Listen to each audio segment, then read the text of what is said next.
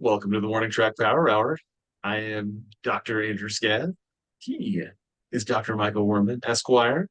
On today's show, we'll talk a little bit about the MLB Draft and the Royals, Kansas City Royals picks. We'll also talk about, uh, I guess, maybe we'll brush up against talking about the Olympics a little bit even today. Maybe, at Starting least soon. preview. But we'll start today's show with the championship weekend that just happened the last couple of days. We had Euro 2024, Copa America, Wimbledon, men's and women's champions crown. What, if anything, Mike, did you find most interesting from the weekend of champions? Well, I think maybe it would have to be Wimbledon. Not so much the women. I guess it was interesting that we have a kind of underdog Kuchikova who beat Paolini in the final from Czech Republic, being the Italian who apparently was the first, as we talked about before we got on the air, the first Italian woman to be in Wimbledon final, which I was surprised at. Yeah, But long it seems really shocking. Yeah. tennis fans might remember that Gabriella Sabatini was also in Wimbledon final, but she, despite her Italian name, was from Argentina, and that's not, I guess, does not count. She did not represent Italy. She was just an Italian Argentinian By uh, heritage, by yes. So heritage. my name sounding. Much of Argentina, I think Italian ancestry is the most common ancestry for. I think it rivals even Spanish, like in terms of Really? ancestry in Argentina. It's one of the yeah, like Lionel Messi.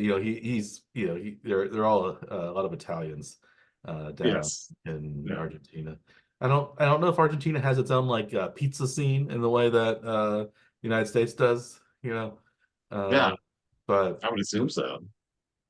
I never heard of it. Yeah, I've had pizza in South America before. I had some in Peru but I haven't been to Argentina. But I yeah, the I'm told that the culture and language is a lot of Italian influence. Makes Um, sense. but Paolini uh, did not win. Kuchikova won, but I think on the men's side was actually the more interesting side because that was Carlos Alcaraz won his fourth major championship. He's only 21 years old and his second Wimbledon in a row. And he beat Novak Djokovic, who was trying to go, I think, for number 25 or something like I that, think right? 25, yeah. Five. So I'm glad that Djokovic didn't win. I'm not a big Djokovic fan. Yeah. Of the big three, I'm a Federer guy. I think you're a Federer guy as well.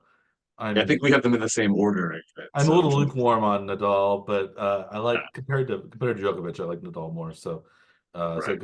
Federer won, Nadal two, Djokovic three.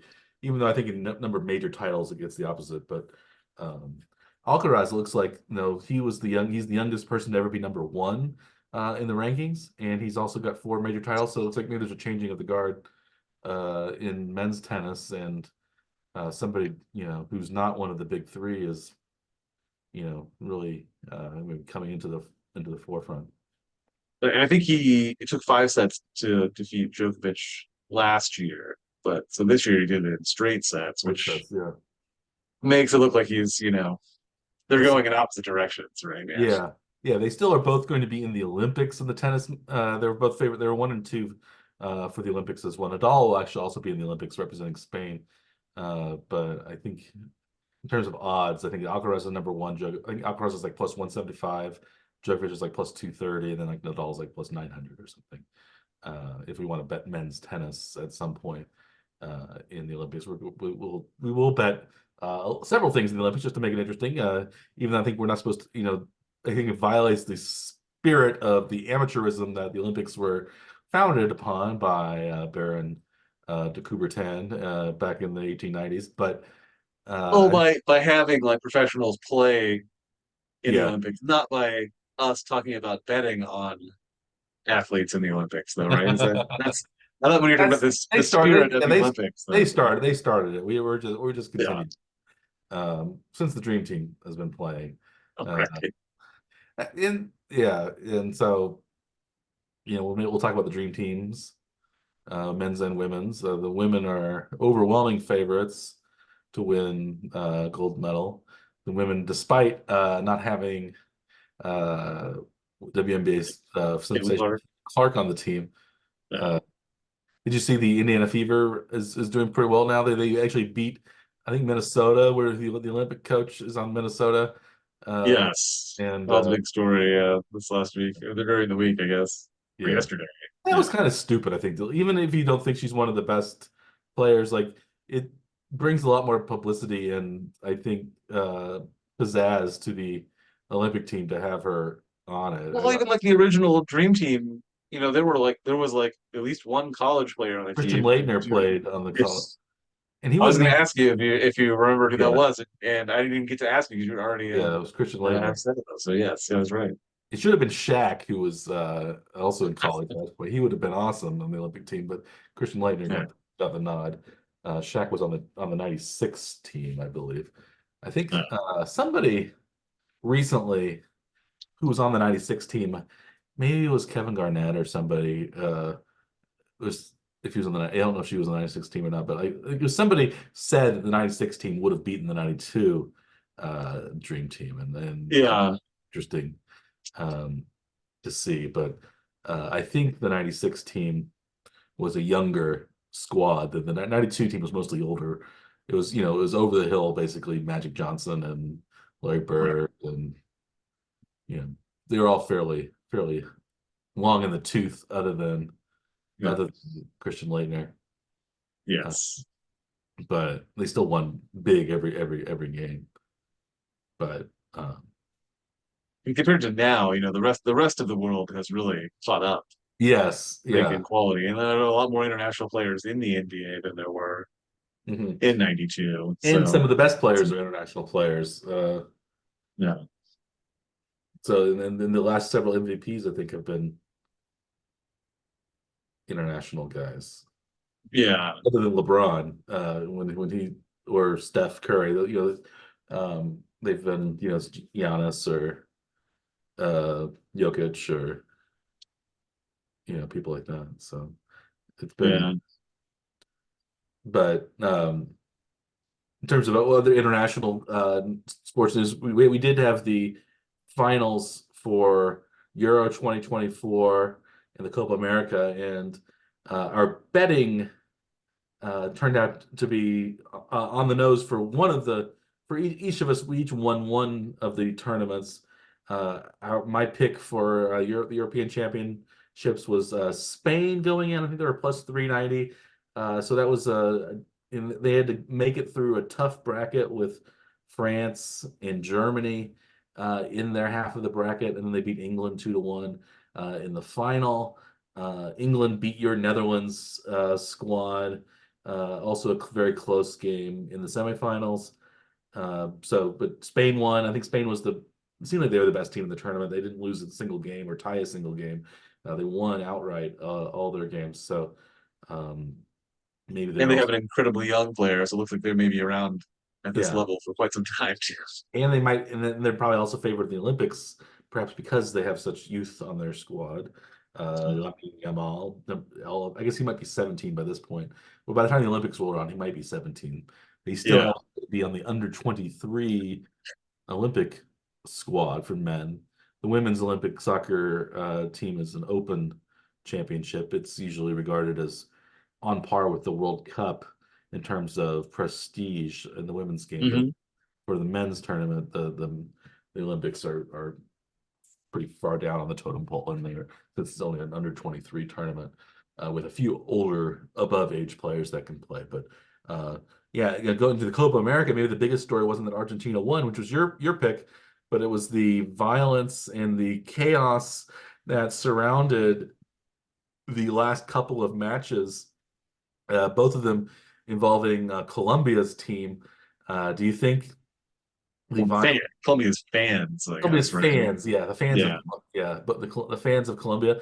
Do you think that bodes poorly for uh, World Cup 2026 when we see the sort of fan violence in the stands and then swarming security and overwhelming the gates and things like that, non-ticketed customers, non-ticketed fans getting into the venue? Is this something that the U.S. will have to worry about in 2026?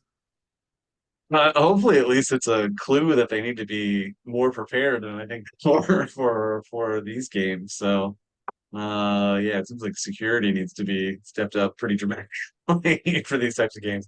Yeah, I don't know that American fans are, quite the same rabidness for American sports as maybe the world soccer fans are for soccer. I think I, Apparently, I think there's also it was because Colombia was playing other South American nations. I think maybe there was more of a rivalry and more of an animosity than there might be in the World Cup if Colombia plays, Nigeria or something like that. They aren't, yeah, who knows? a non-natural rival team. Yes. Maybe they just love hooligan. Maybe the new England, uh not New England, but the new England, Yes. uh, Right. uh, when back British in the 80s squad. and 90s, when the English were known for their hooliganism, and that seems to have died down quite a bit.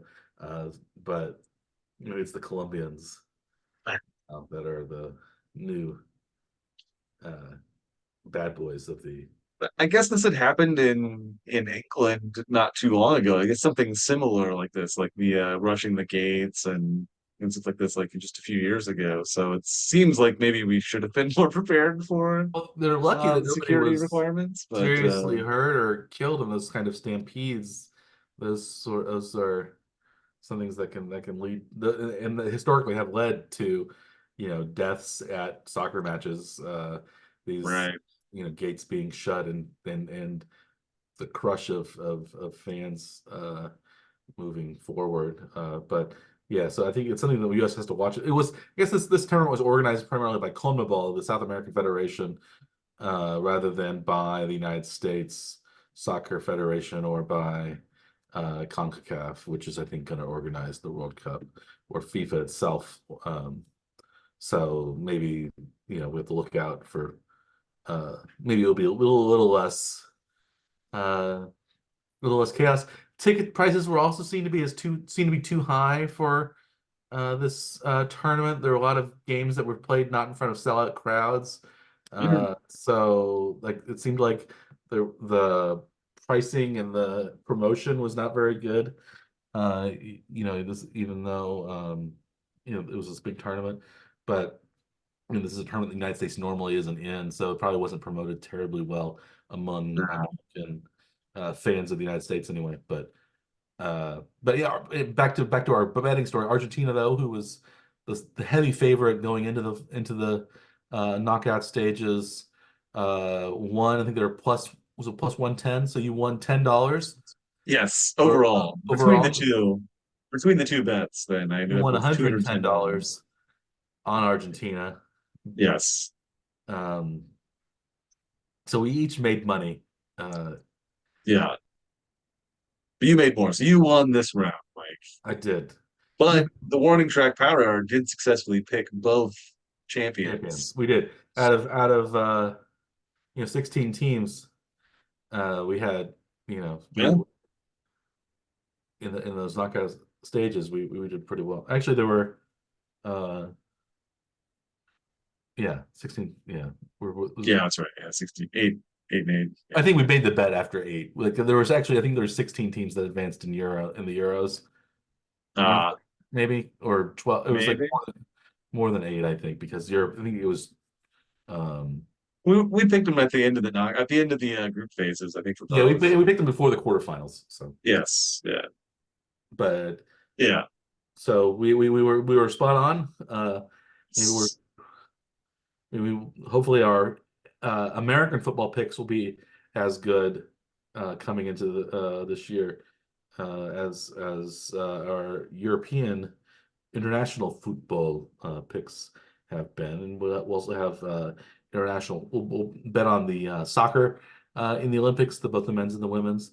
The U.S. men, I believe, are sixth in the rankings in terms of odds, and they're plus 2,400 or something like that to win.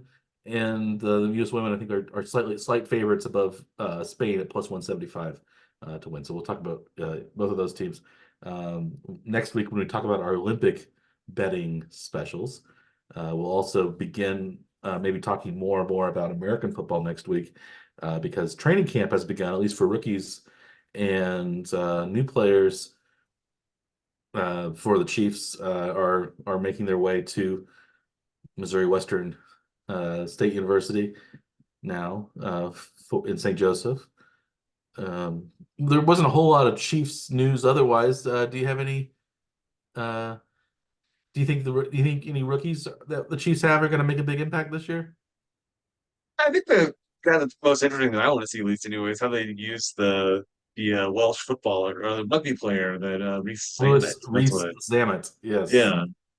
I just want to see how they decide they're going to use them. That's really what I think is most interesting from this off season, at least anyway. Is uh I mean, beyond that, it's going to be great to see like what Xavier Worthy has and how fast he really is, and then how they mesh with Hollywood Brown and that kind of thing. Mahomes is a whole bunch of new targets, so hopefully we can see how that starts to fit together pretty Yeah. early on. And I guess I don't know. That's probably what I'm looking forward to. How about you, Mike? What are you looking forward to? I guess I want to see if the Chiefs are going to be able to three-peat. That would be Yeah, unprecedented in the Super Bowl era. I think there's still a few question marks around certain parts of the roster, wide receiver, as we talked about. I'm interested in still in seeing if some of the so-called the busts that the Chiefs have, like Kadarius Toney or Sky Moore, if they can kind of turn into something that the Chiefs maybe thought they would be, or yeah. if or if they're just guys who are never going to pan out. So I'm interested in that. I'm interested in the left tackle situation.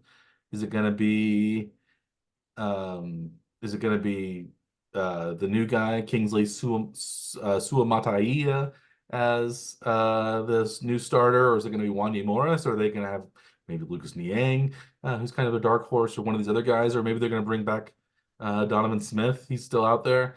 Still Uh, available, apparently. so that'll be, that'll be interesting. Um, I think It's there's a always lot good of, to have options, though. That's usually it's somewhat rare if you're, close to the salary cap in any way yeah, to the still Chiefs have have options. they have a little bit of room this year, I and because they have a little room, but I don't know if I mean, they have so many options like in house that they don't necessarily need to go outside for a lot of these things, at least anyway. yeah, I don't know what they might spend that extra money on. There's And unless maybe they're just there's gonna wait to see if they take on any injuries, and then if they have to fill in anything, like maybe a wide as the preseason goes on. maybe a wide receiver free agent or trade. Brandon Ayuk recently asked for a trade from the 49ers. Do you think the Chiefs have any chance trading for Brandon Ayuk, who would be instantly one of the, you know, probably the Chiefs' number one receiver if he came over?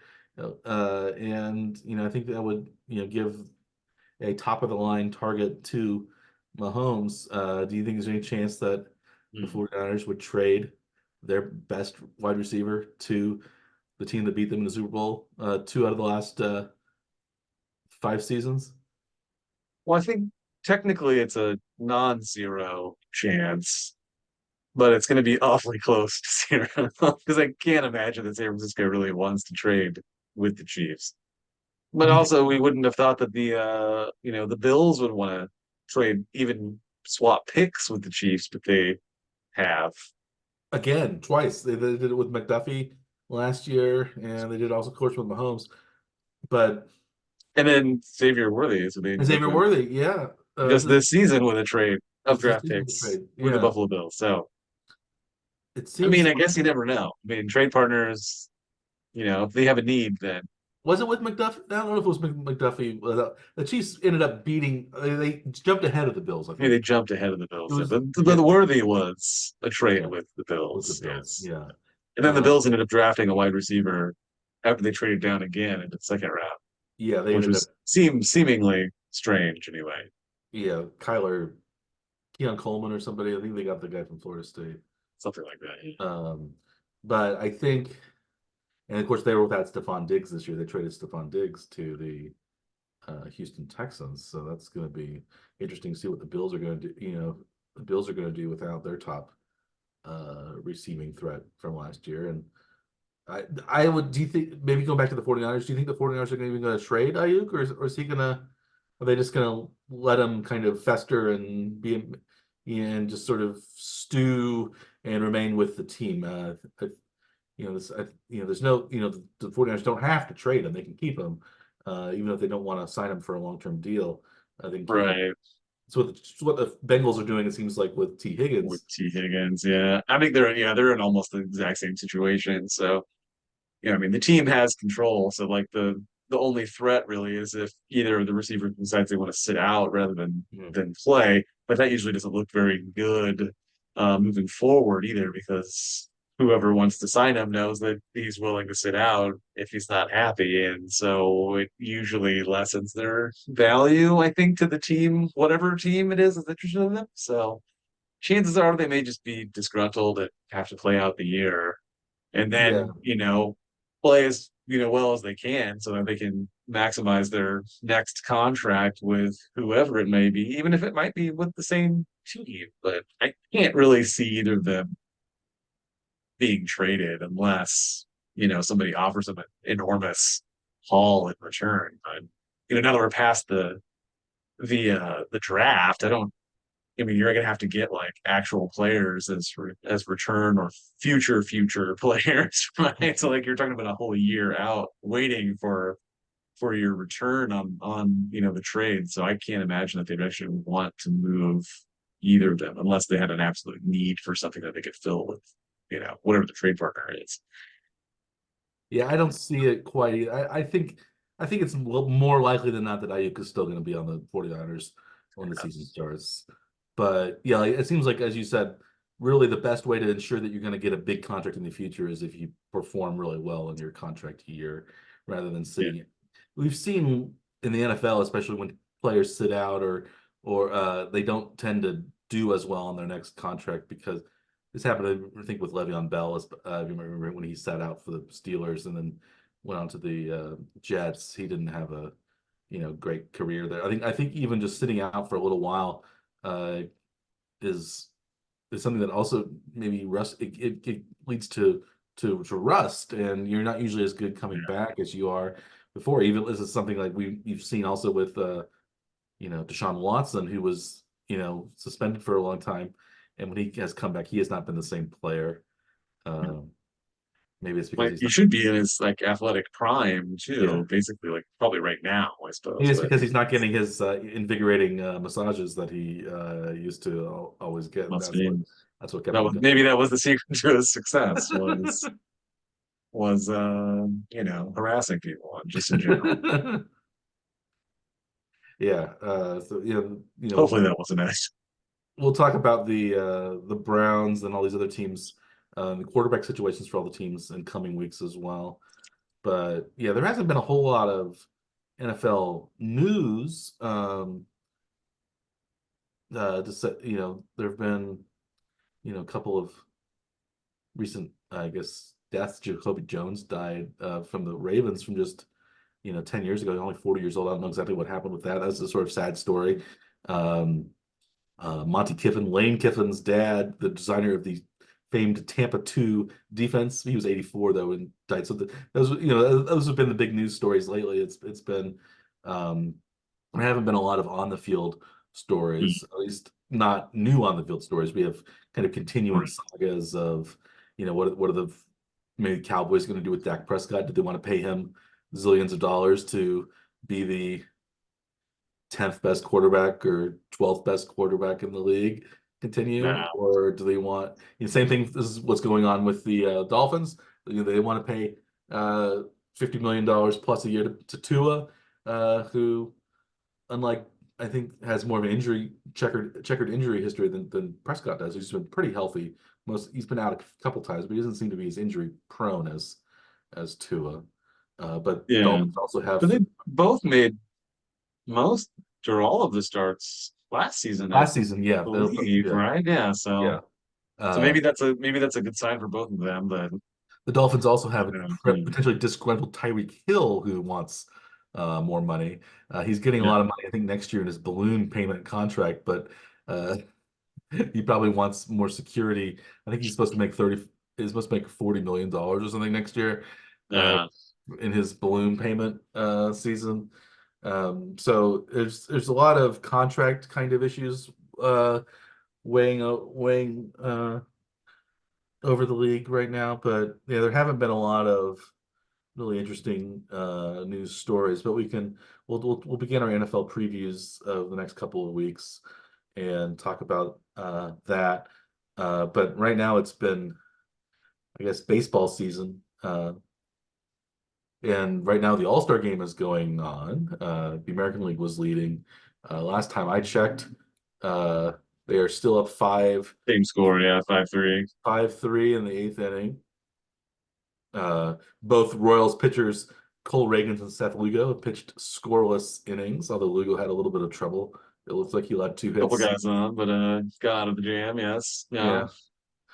Yeah. Um, Reagan's let a guy on, I think, but also got out of it. So neither Bobby Witt Jr. nor Sal Perez have gotten hits in this game. They both gotten in the game. So all four Royals have gotten in the game.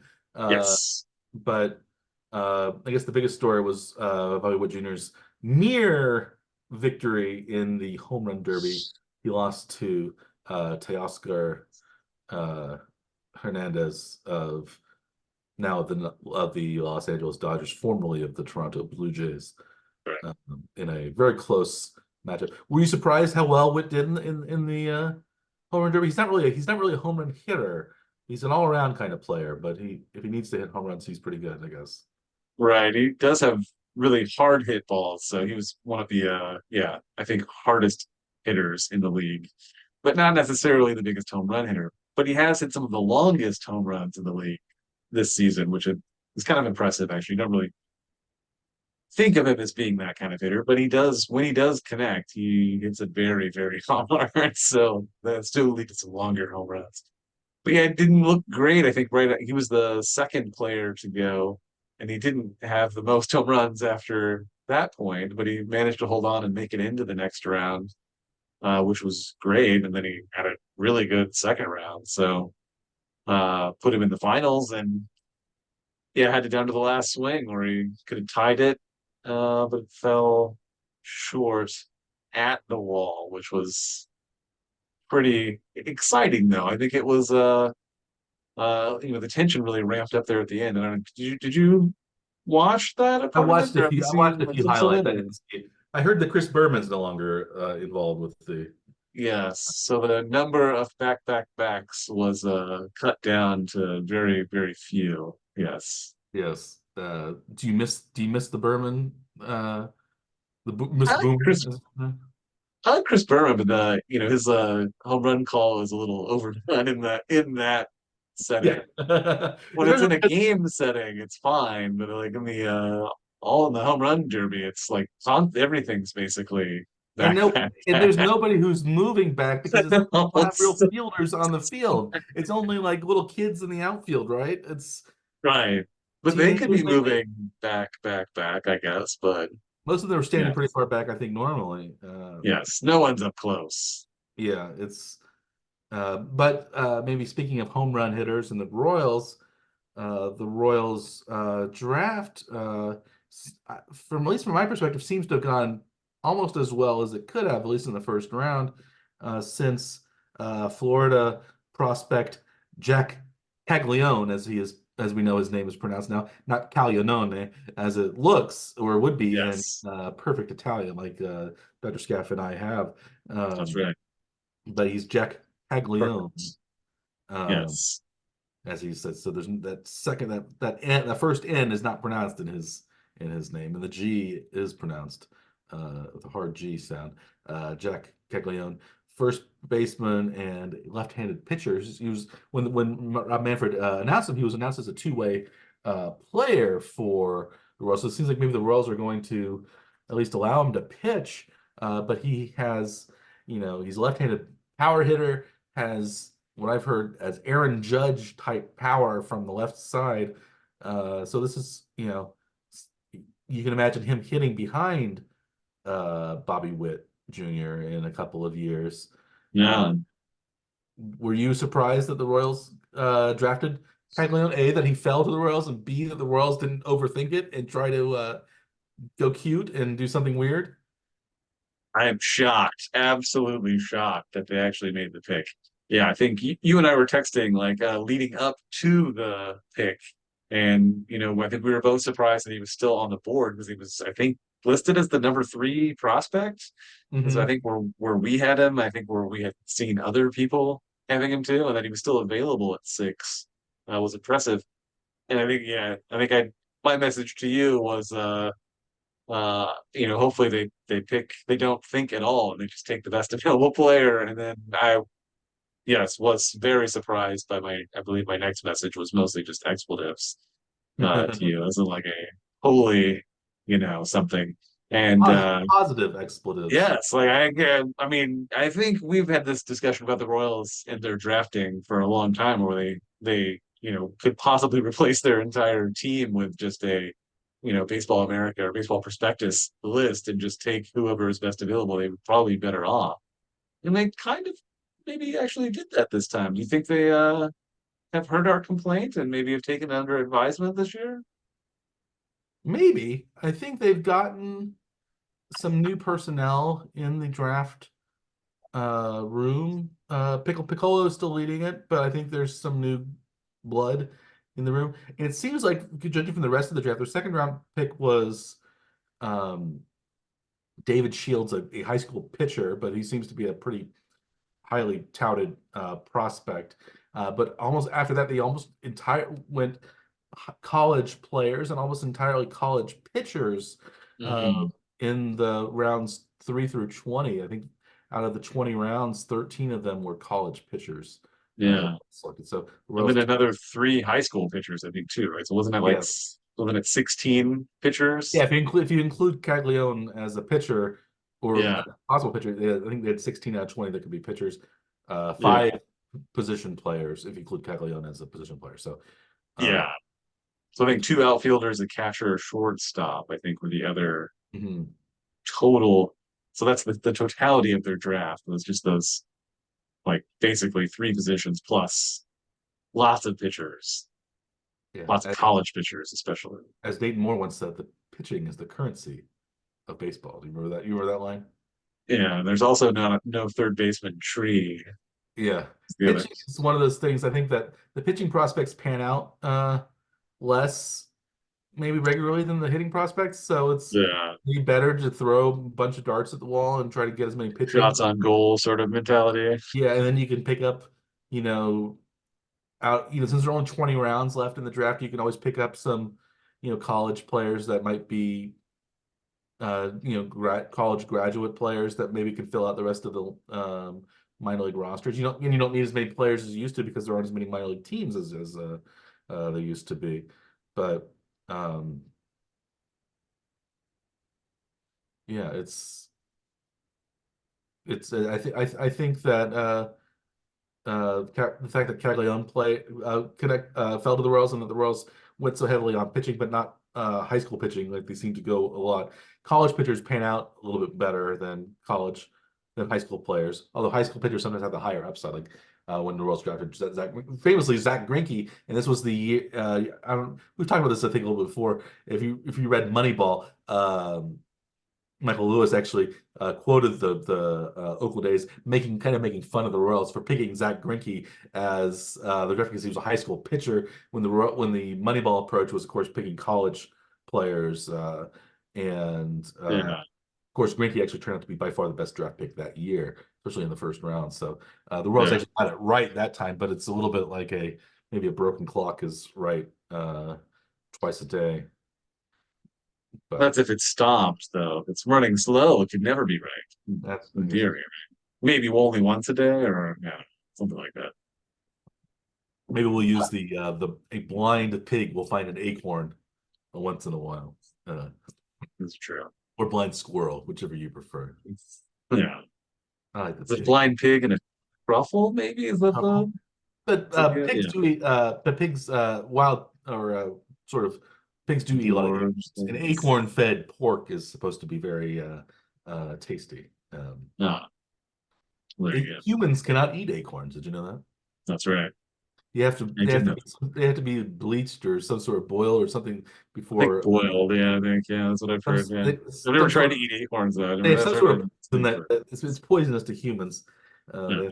Yeah, I think there's some sort of German acorn related dessert that you can eat, but like the poison has been leached out of them somehow. Yeah. Um, I guess if you treat it first in some way, then it could be fine, sure. yeah, yeah. So you can make stuff with acorn flour apparently, but it has to be done in a certain way. Hmm. But yeah, so Interesting. kids out there, don't eat acorns. Yes. If you want a tree nut, stick to the less poisonous. The commercially available varieties is what seems like the smartest way to do it, rather Yeah, than like urban foraging or something for yeah, sustenance. yeah, yeah. I think Maybe unrelated to this story though, what we were just talking about anyway with acorns. What did you think about the Royals trading their competitive balance pick along with their number two prospect for an eighth inning reliever, Mike? so. They got Hunter Harvey Yeah, from the Nationals, yeah, who has been a solid pitcher for the Nationals. Um, he kind of slots in probably as the eighth inning guy right now, maybe a potential closer. Uh, but so I think getting him was good, but I think bullpen's been having a lot of the problems, bullpen's and been having a lot of problems. maybe it just needs one more guy to help anchor it. Maybe that's could be the right But guy. We don't. Yeah, yeah, the Royals did give up a lot, it seems like. Although I think it seems like the was it Caden Wallace? Was that who the Royals traded? yeah. Um, it seems like he was kind of falling on prospect list, and the Royals prospects aren't very solid to begin with, other than maybe Blake Mitchell before this draft. Now Jac Caglianone, I think, is going to be the you know Number the one prospect, all right off the bat. like yeah You he's think? Yeah, yeah I would guess. Yeah. so he's really I think it's possible he might make the majors next year, even maybe something like that. Or I wouldn't be surprised. So, Yeah. um, but yeah, so I think giving up the prospect is not as big a deal as the competitive balance pick. Although maybe so they give up the 39th pick in the draft, so the Royals pick 2 and 41 instead of 239 and 41.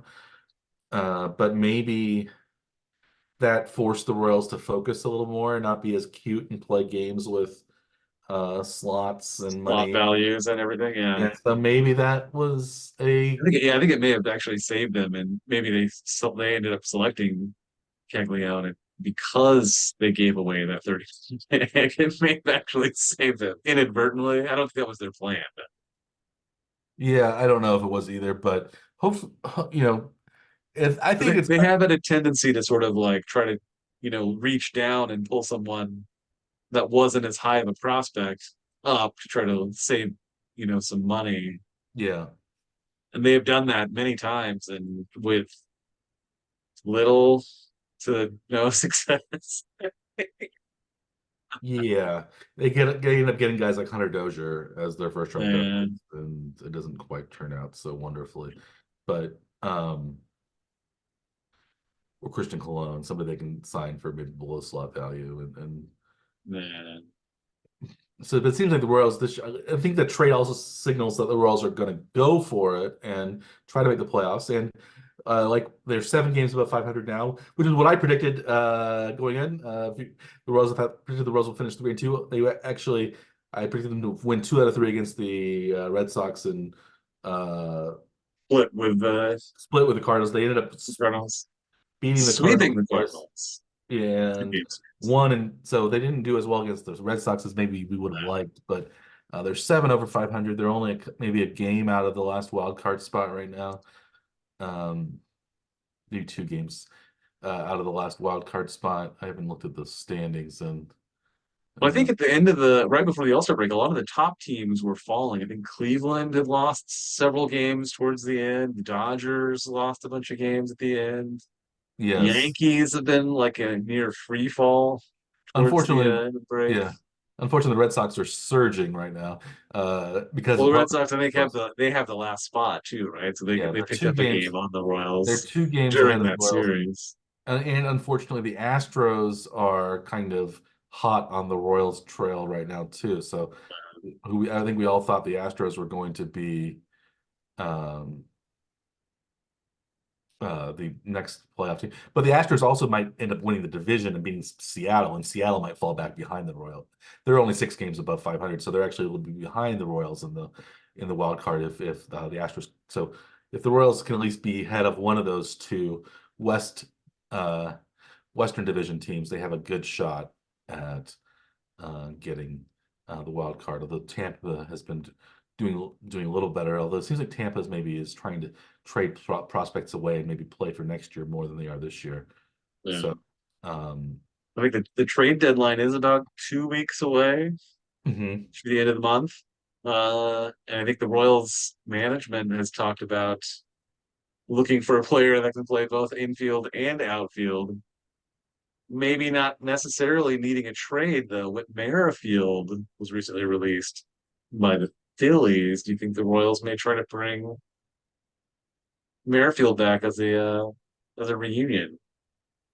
I don't think it would hurt. I don't think he'd be any worse than their current outfielders or infielders. Melendez, I think, is now going on the DL on the injured list. So maybe bring in Merrifield and see how he does it for a week or two. And if he's not doing so well, bring in somebody else. Or even if he is doing well, you can still bring in somebody else via trade. I think Merrifield he's not young, but he's played for the Royals a lot. He didn't have a great season with the Phillies this year. Yeah, I think he was under 200, I think, even for his batting average for the But limited time he had been playing. But the Phillies just got, a couple of their players back who had been injured. Like Harper was out, yeah, and someone else was out too. And also came back like the same day. Merrifield was hitting 199 this year. He was still point 0.4 WAR positive, so that's pretty good. He's 35 now, so he's on the older side. He was had 277 on base percentage, which is higher than some of the other lower Royals have had. So he's been he has maybe he do better with going back to Kansas City. Sometimes just a change of scenery can. I was kind of against bringing him back, but now he was he's still I think one of the better Royals of the post World Series years, and he can steal bases, he can play a lot of different positions. Um, He had he's become the face of the team even, but they kind of screwed him around by making him play different positions, even though he was probably the better second baseman. Yeah, And they kept moving him over to make room for Nicky Lopez, who was actively bad most of the time. yeah. Merrifield had So, when he played for the Royals, at one point he was an all-star a couple of times. He yeah, led the league in hits twice. He led the league in triples, doubles, stolen bases, games played, at bats. So he was a um, real pretty good player. He was he was but he's old, I guess is the problem. He's 35. He's younger than we are, but he's old for a baseball player. yeah. He's I mean, he was famous. pretty old when he made it up to the majors Yeah, finally. famously he Like he made was it kind of at the end of the being considered a prospect even when they finally called him up in 2016, I think, wasn't it? 2016. He was 27 years old when he came up. Yeah. Yeah. Well, that's pretty old to make your debut in the majors anyway, and have like, much of an upside because you think that's kind of already sort of maybe going to be a replacement player if you don't make it to the league until you're 27. So, He last played for the Royals in 2022, so he's only been gone for a full little over a year and a half now. So I think yeah. I don't think it would hurt at least kicking the tires on Whit Merrifield, but you still I think the Royals still need someone with the kind of more impact bat. I think they have a lot of utility guys. I think Merrifield would be a slightly better utility guy than Nick Lofton might be right at this point in his career. But he will probably won't get thrown out. He probably won't get thrown out as many times as Garrett Hampson will, That's it. who cost the Royals maybe a victory in against Boston in the last game before the All-Star break. So why not? Why not try to get Merrifield? Why not? Yeah. What do you feel? Well, I think trying to get Merrifield is much better for the team because I don't trust who they're willing to give up at any point because it seems like they do not do well with judging how much they need to give up to get an asset. It seems like they end up giving way more than they should. So I would rather them see them just sign a free agent rather than make a trade because I don't think that they know what they're doing. I don't trust management at all Yeah. at this point. And you know, just that the fact that they haven't decided they haven't toned down the aggressive base running, especially in the late innings. Now that they actually have the capability of hitting home runs, like the small ball days are not necessary. Like you do not need to take that extra base. You can actually get many extra bases by actually just hitting the ball really hard and sometimes Yeah. getting it out of the park. So they've been running themselves out of games the last couple We weeks. need And if the fewer. upper management isn't telling the lower management to knock it off, then the players are certainly not hearing this from anyone. So I am, yeah, still pretty low on the Royals organizationally, knowing what they're doing at all. We do need fewer toot blends, as we've discussed these past Yes, weeks. less of that. Thrown out on the bases like a nincompoop. Yes, Toot blend, our favorite acronym, baseball yes. acronym. But yeah, it seems like this happens a lot. Bobby Witt has also been one of those guys who gets thrown out a lot. I think he steals a little bit too much, or maybe he needs to steal more and try to get his volume up a bit more. He's picking the wrong times, at least. It was two of the last like 8 games or so. Bobby Witt got either caught stealing or uh, thought he was going to get a wild pitch that ended up being stabbed by the catcher, and then he got thrown out. Mm-hmm. Wasn't really it was sort of a caught stealing, but it's more just like a base running error. But yeah, but he was there have been like 4 games in the last 2 weeks where the Royals have gotten a very unfortunate base running error that ran them out of games rather than staying competitive to the end. Really, really annoying when it happens once, but when it happens like 4 times in 2 weeks, it's too many times. Guys, you have to like learn something from the previous games, right? That's right. Well, speaking of staying competitive till the end, have we stayed competitive until the end of this week's broadcast of the One Trick Power Hour? Maybe, perhaps. Maybe we got too bland Dude, like, a little bit ago, but perhaps. perhaps. But I think this has been another solid installment of our fine podcast slash YouTube show. Do we have anything else to add before we sign off this week? I believe the All-Star game is now final. The American League has won 5-3. Yes. And it doesn't look like any of the Royals hitters ended up doing anything, but they, played well defensively and yeah, Home field advantage is no longer contributed. by the All-Star game, isn't it? No, that is correct. So Yes. And it's I believe Bobby Witt was the first Royal to advance out of the first round of the home run derby. I don't know if we mentioned that ooh, earlier. So that was there have been a an lot of interesting Royals little in little the home little run derby feat in the for last us. many years. I think Salvador Perez may have been. Sal did, yeah. And he had one of those like really unfortunate way that they had the brackets set. And I Oh, it think was a head-to-head thing. he had the second most number of home runs, but he ended up being, paired with the guy that had the most. So he got knocked out of the first round, even though he had like the second highest total. So that's one Yeah. of those. Yeah, just Oh. that format has been scrapped now, so that wouldn't happen this They year. seem to really mess with the format for the home run derby quite a bit. It seems like it changes every year, and I don't Yeah. know exactly This why. one worked for like excitement at least anyway. It was really fun to watch, I think. So I think maybe this this format is a little better because they all had like the same number of pitches that they could face. It wasn't having the your pitcher throw really fast, in quick Mhm. succession wasn't an advantage necessarily. So, you could just have a guy that's just like throwing, throwing, throwing, throwing, throwing, you get more chances, right? So that Yes, was that was sort of scrapped this year. So, yeah. Anyway, it was pretty exciting very exciting. to the last swing. Just almost as exciting as a regular episode of the Morning Trek Power Hour. Wouldn't you agree? I don't think the home run derby has anything on us. Uh, To the we last swing, Mike.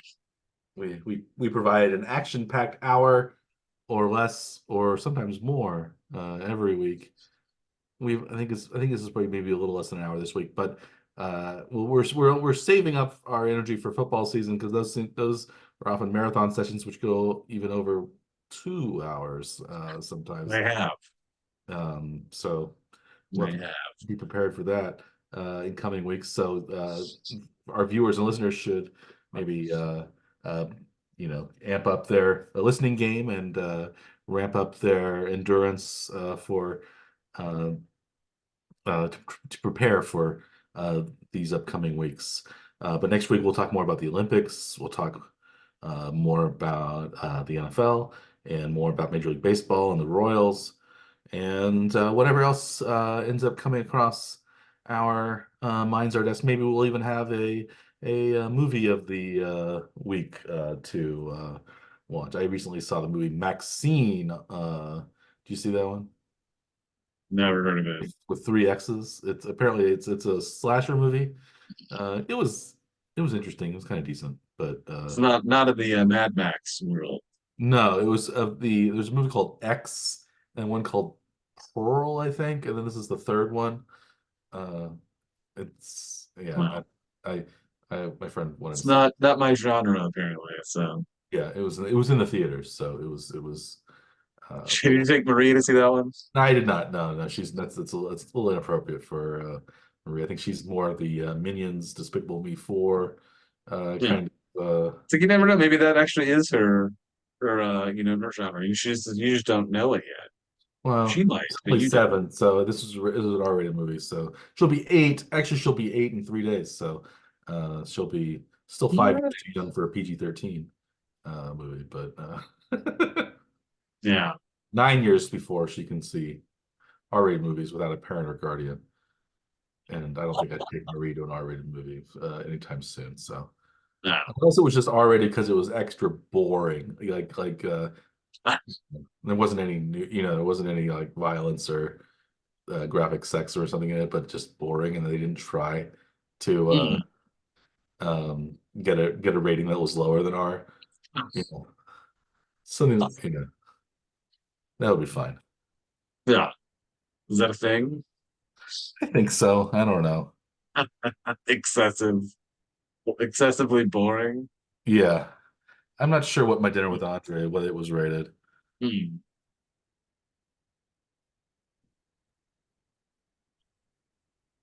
but something like that. Uh, Something that's catered towards adults, but not really. Yeah. That was Something. old enough. That might have been.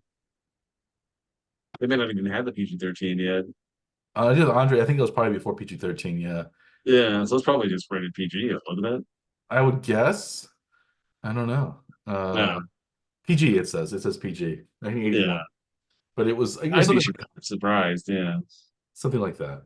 Which I would there's no like language in it, but it's something so boring that nobody would be interested in other than uh, you know, people like me, adults. So something like that.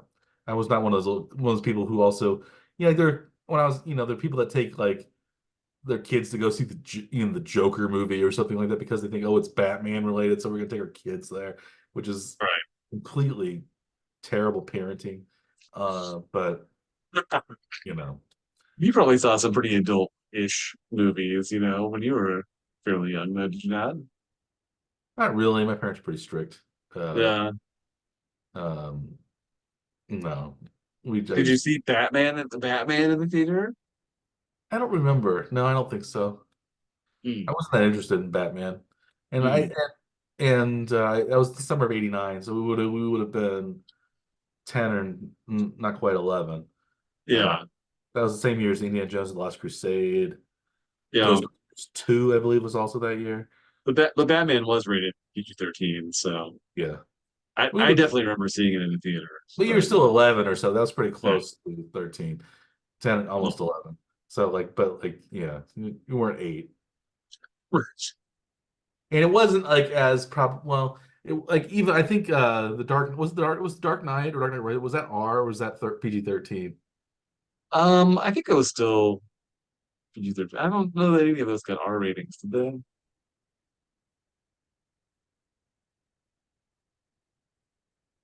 PG-13 was a Dark Knight, but that Yeah, was like really I don't think any dark. superhero movies got an R rating until Deadpool. Hmm. But like And that was like intended to be an R-rated movie I though could too. easily see the Dark Knight and like Dark Knight Rises being an R. Like it's those are dark. Yeah, but it's mostly just in tone. There's not really language or you don't There's usually some see. violence. It's Like sort of violent, but you don't yeah, really that see implied like pencil thing with the Joker and stuff. yeah, but it's all implied though too. Yeah. It's not they don't show blood. Stuff like that I think is what helps them, avoid those kinds of ratings. Hmm. Because I don't know if you remember like yeah, like Kill Bill was going to get maybe an even higher and like an NC-17 rating Oh because yeah. of blood, and they chose the to turn that one sequence into a black and white shot so you couldn't see Mm. blood because it wasn't red. So then they like got it back down to like an R rating with the Some just ways by having that one scene be black and white. those things are so arbitrary. Sometimes those ratings. I think it's yeah, just whatever reviewer gets assigned it can you know maybe justify one way or the other, right? Yeah. So yeah, who knows? Yeah. Um, I believe our episodes of One Trip Power Hour are, what would you say, PG? G?